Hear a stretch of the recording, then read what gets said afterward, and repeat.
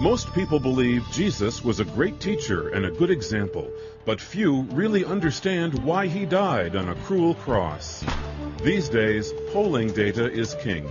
In the mainstream media, the truth seems to lie with the majority opinion, and so we're analyzing what people believe about the cross of Christ, the only means of eternal salvation. For some crucial insights, stay with us. From Chicago's Moody Church, this is Running to Win with Dr. Erwin Lutzer, whose clear teaching helps us make it across the finish line. Today in his series on Why the Cross Can Do What Politics Can't, Erwin Lutzer is speaking to us about what man thinks of the cross. Today, he's turning our attention to signs and wonders. Throughout the history of the church, this has been a question. How many signs do we need in order to believe? There's been even a whole movement called Signs and Wonders. This was a problem for the reformers, because when they began to look at the Bible and they began to peel away layers of tradition to get to the message of the cross, Rome said, but you don't have miracles and we do. We have statues that weep and we have relics that multiply themselves and you have nothing. The reformers said, to us, the power is in the message itself. For it pleases God through the word preached to save those that believe.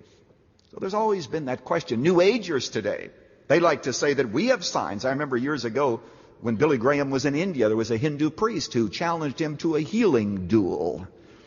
They were supposed to line up all these sick people and see who could heal the most the fastest.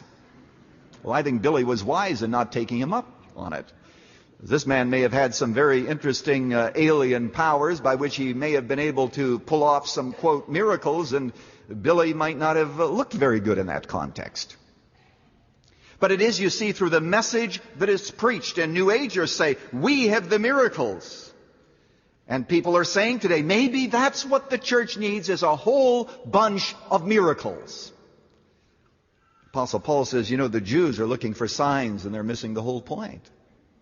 It's not that we don't have an explosive, powerful message, but it is the message itself of the crucified Christ that does the miracle and does the great work. And there's a miracle for you. So first of all, the cross, you see, clashes with our pride, with our desire to believe in somebody who's going to do all these marvelous things that were expected when he was on earth. The cross also clashes with our wisdom. The Greeks seek for wisdom. Now, if you know anything about Greece, it gave us Plato and Aristotle, two of the smartest men who have ever lived, period. Nobody, I don't believe, has ever philosophically reached their heights. Whole dissertations today are still being written about Plato and Aristotle. And yet, you know what Plato and Aristotle, the Greeks generally, they believed that God was a God of apatheia. You do catch the word, don't you? It's the word apathetic. You see, reasoning from the world to God, they concluded that God could have really no contact with the world. That he was a God without emotion. He could not be affected. He could never be changed. He could not possibly be interested in human beings. That would be to denigrate him, they taught. And then most of all, they said that there's no way that the Word, that God could ever become flesh, because in their view, whenever you had flesh, which had changeability, you had imperfection. So when John writes in chapter 1, verse 14, and the Word was made flesh, that phrase was like an explosion in the philosophical world of that day, which said, yes, God became man. And the Greeks stood back and said, absolutely unthinkable. Unthinkable. It does not fit with our conception of God and with our conception of good and evil. Now, there were two different kinds of Greeks. There were the Epicureans, who were, of course, the hedonists of the day, but they were also the materialists. They were the Carl Sagans. The universe is all that ever was and ever will be. That's where they ended. And then there were those who were the Stoics, and they were the New Agers of today. They were into psychic energy. They were into astrology. They were into believing that the soul becomes one and loses its identity with the universe in a great oneness. By the way, you did hear about the New Ager, did you not, who went into a hamburger shop and said to the man, please make me one with everything. Am I going too fast for some of you? When the Apostle Paul was on Mars Hill and when he was preaching there, he was preaching to both groups just like we do today.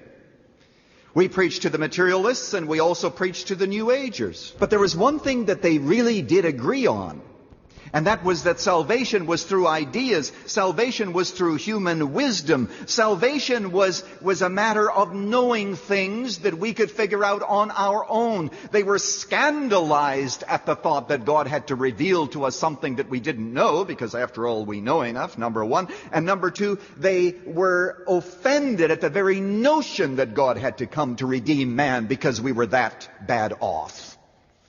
And their big thing was that man's problem is not sin, it is simply ignorance. And the answer to man is more knowledge.